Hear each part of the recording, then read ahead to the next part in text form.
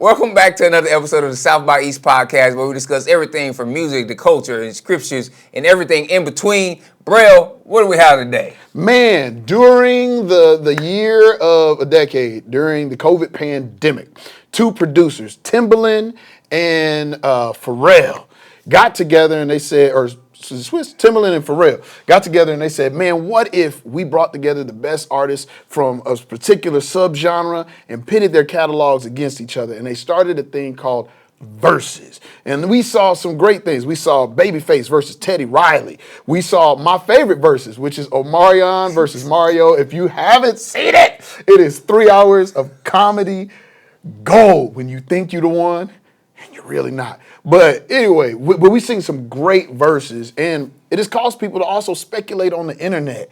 And the speculations can sometimes go from, wow, yeah, that would be a great match, to you have lost your mind. And I think this is one that falls in the latter. So Ryan Davis, the comedian, called out Boosie for his comments about verses with one of the greatest pop idols of all time. Let's check out what they had to say, and then we'll weigh in with our opinion.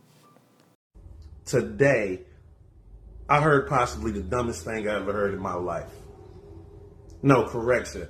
Today, I definitely heard the dumbest thing I've ever heard in my life.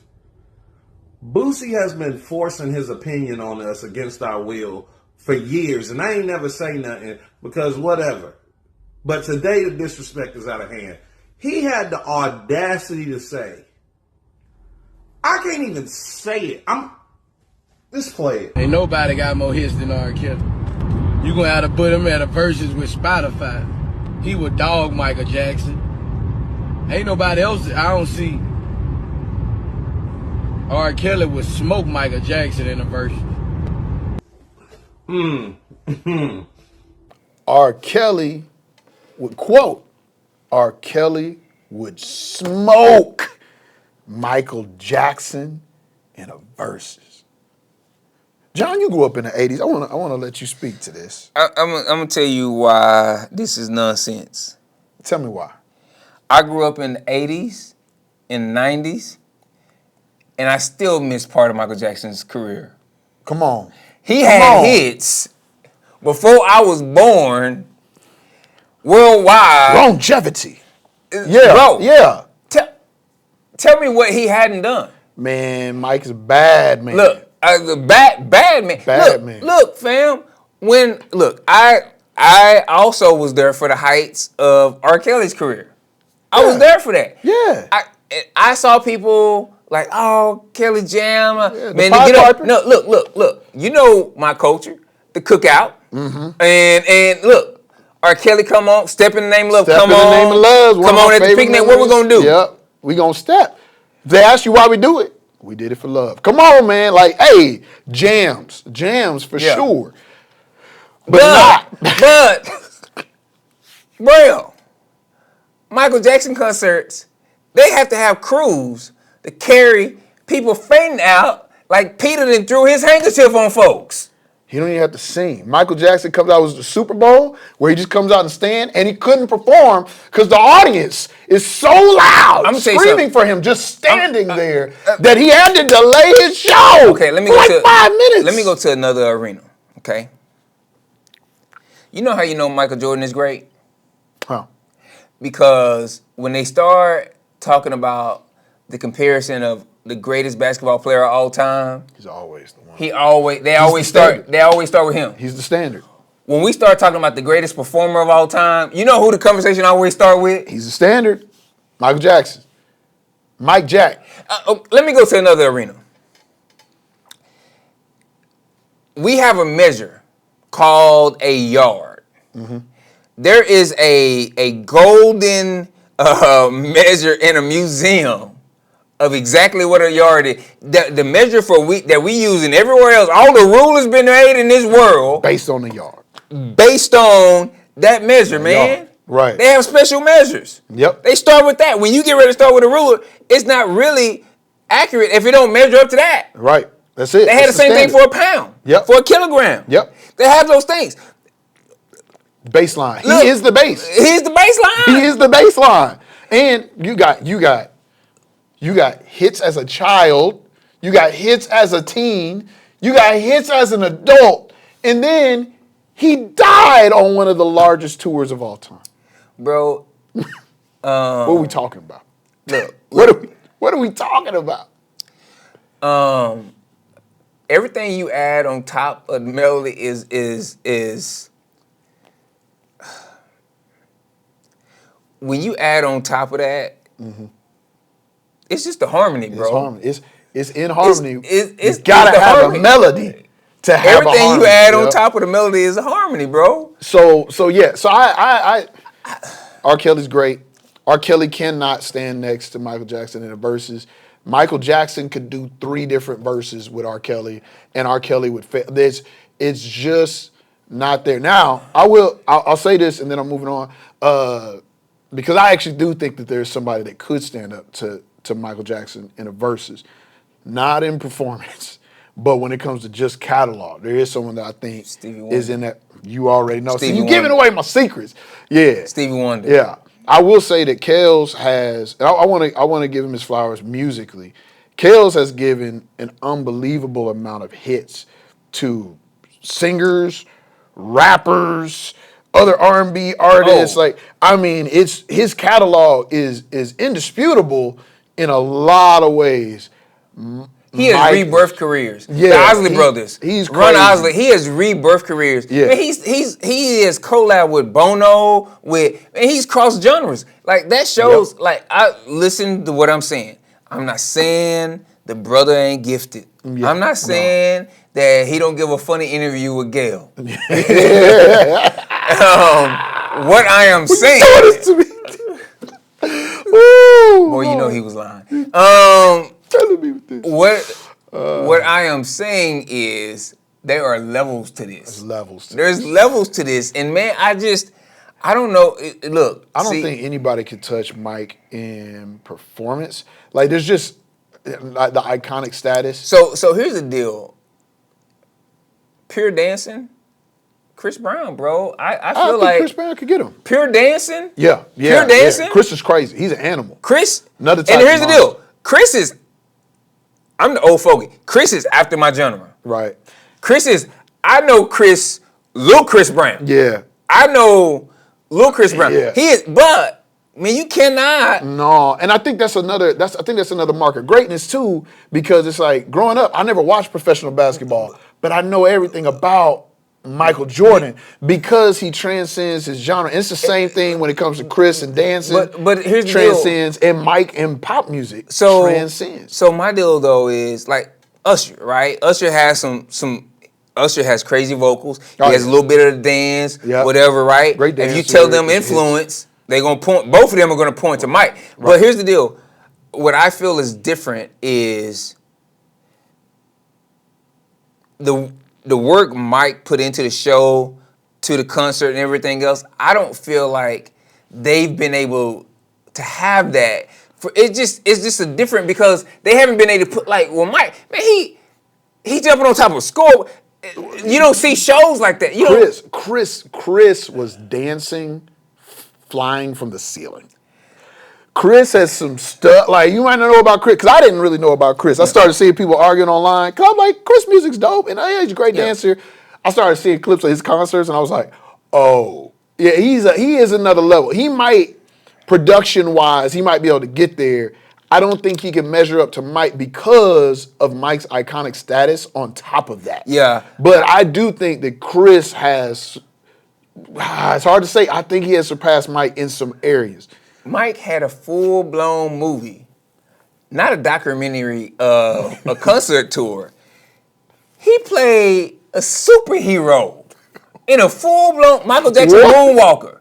I never seen Moonwalker. I didn't know that. One of my favorite movies of all time, where at the end he turns into a special spaceship to kill the enemies.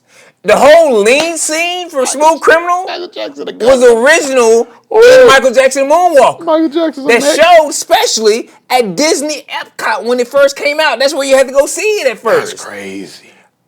And he was leaning on top of Epcot Center. That's crazy. Where he went through his catalog and he had the little boys and everything in there, bro.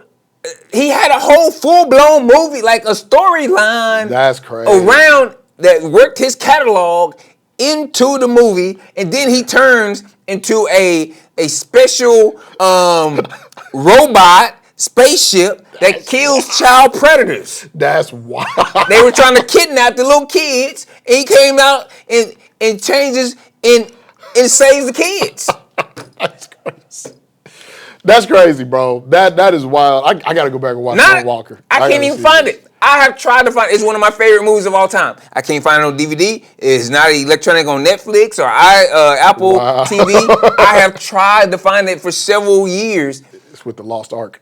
I wore the VHS out. You know how it starts playing slow when you play the VHS? Yes, that's where that was at. Indiana Jones to find the Moonwalker movie. That's crazy, bro. So I think one person I would say like that I've been pointing out in my conversations is Stevie Wonder, and I think Stevie's catalog, bro, is insane, man. And I was like, hey, when you look at Stevie's catalog, part of the thing about Mike was when Mike passed, I was like, I think I was just born with the natural ability to hate.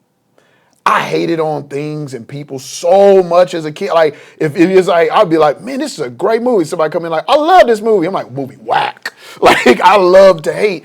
But when Mike passed, everyone, like, you know, the collection came out and everybody started playing Mike's music. And that's when I realized, oh, shoot, I know all these songs. I realized how much of a Mike fan I was. Stevie is the same way.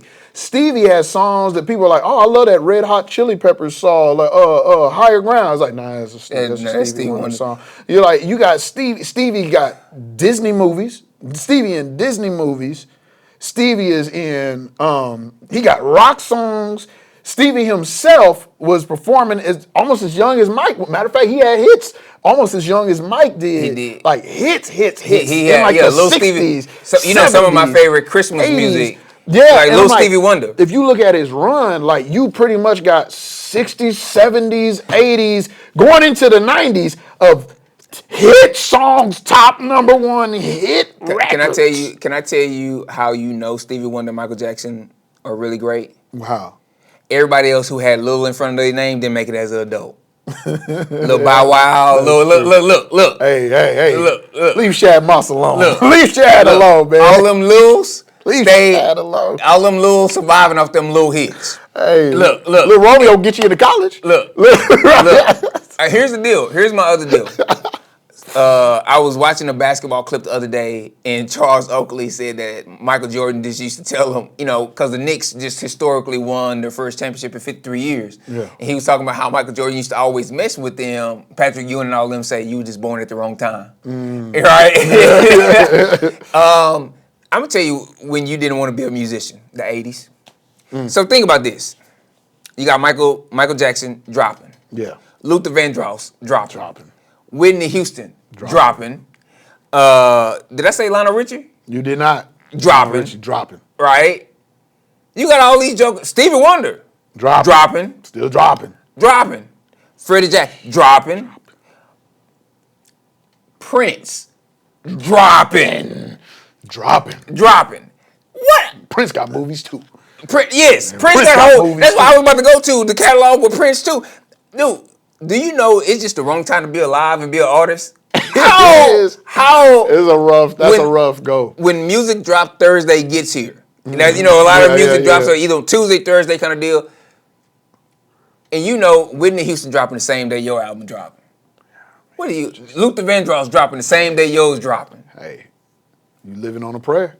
Bro, that is a hard life. It's rough. Then we switched you got U2 that's big then. You got You got Bon Jovi. You got, I mean, you start thinking about.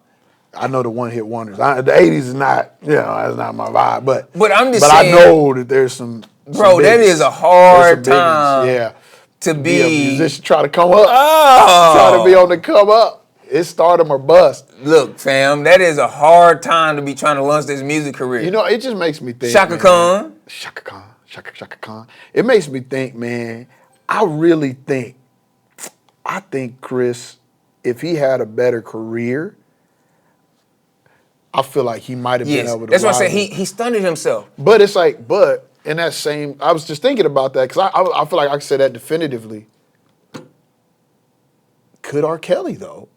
If he, because R. Kelly Yes, also, but that's my deal. That's my deal. had an Is Achilles I heel feel like that they really stunted themselves, man. Yeah. You know who I And I think don't it like, takes them out but of that and I conversation. want to make sure we throw in like the Patti LaBelle's, Oh, the for Gladys sure. Knight, like those that you sure. had the female pieces of this too, For more sure. than just Whitney. But man, I feel like Chris and R. Kelly stunted themselves with some things. Mm-hmm. You know what I can't figure out, like what.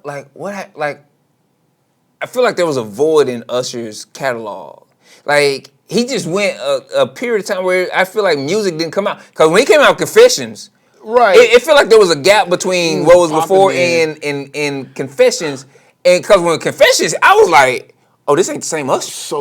This ain't the same Usher. But Confessions is pretty close after 8701. Because 8701 is the album that actually introduces me Or was it- to or am I Usher. thinking about Confessions Part 2? It's about 2 years, but he's dropping in between there. Because you got about 2 years, because that's when I first got cable.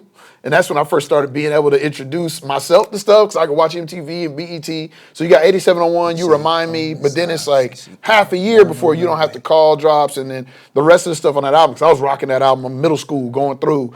And then Confessions, the album drops. But in between there, you had extended versions of 8701. You had the My Boo record with Alicia Keys. Oh, that is true. That So is it's like true, he was hitting it. I feel like he was still up there with Confessions. Superstar is still one of my favorite Usher songs. yeah, that's that. Bro. Anyway, Hey. don't get me started. So it's like, I think after that though, I think he really wanted to invest in another dude who actually did pop and stunted himself, Justin Bieber. Because I think it's around that time that Usher discovers Justin and starts mentoring him. I think. But now he's doing some major entrepreneurial He's still stuff right doing his now. stuff, yeah. He's doing some major entrepreneurial. You talking about Justin or Usher? Usher. Yeah, Usher's for doing sure. some major entrepreneurial stuff right now. And he's still dropping music. He's just not as relevant. Yeah. And it's like, I've watched him over the years. Like, he's had big singles and stuff. Because he has, after that, you got the Moving Mountains album or whatever. That I didn't really care for the music as much. I don't know if it's that I got older or if it just wasn't as good for me, the thing I go to with them is I always see some dude that's way too old trying to do a dance move he saw Chris Brown or Usher doing, making himself look like a fool. And so that's like, they are my comedy relief right now. I'm laughing and crying at the same time. Just- I just injured my foot and I'm at home. You So- can ask my kids, I'm at home watching videos like, when I get my foot back. Look, I see Usher and Chris Brown do something, and I'm like, some overgrown man is gonna try to do this, and he's gonna look a complete fool. I think Chris Brown makes Usher look old though. Because they both gotta have a similar style, but Chris is still flipping and doing I'm like, what is this man is a beast, bro. I mean, he's like 10 years younger too, but he's an animal, bro. He's so good. So then you see videos of Genuine in concert. Hey man, listen. Look. Listen. Ain't nothing wrong. I named my daughter Legacy. Ain't nothing wrong with being a legacy act. Ain't nothing wrong. I'm gonna tell you something. I'm gonna forever listen to them Genuine CDs. Yeah. I would not pay money to go see Genuine live. This is not. I went and saw John Legends 20 years after I bought his first I'm sure CD. that was good. Yeah, I'm sure that John was still there. See, here's the deal. You gotta have a voice, because if your career majors on your dance, but here's the other thing I see. What I've seen is the performers who take care of their body have longevity in their career. Yeah, for sure. Because when they don't take care of their body, their voice starts to go also. So that's 100. It's your voice is your body is the instrument. Yeah. So it's like if other parts start to fail, then your voice is gonna suffer too, man. So But where are y'all at, man? What do y'all think? Can anyone rival Michael Jackson in a versus? I started this conversation thinking the answer was yes, but when I think about that performance component, I don't even know if it holds up there. So, but we'd love to hear your thoughts. Let's argue in the comment section, man. We'll see you on Facebook, where we're building our community, and all your favorite podcasts and platforms. And we'll continue to get with you next week in the intersection. go get some patent leather shoes.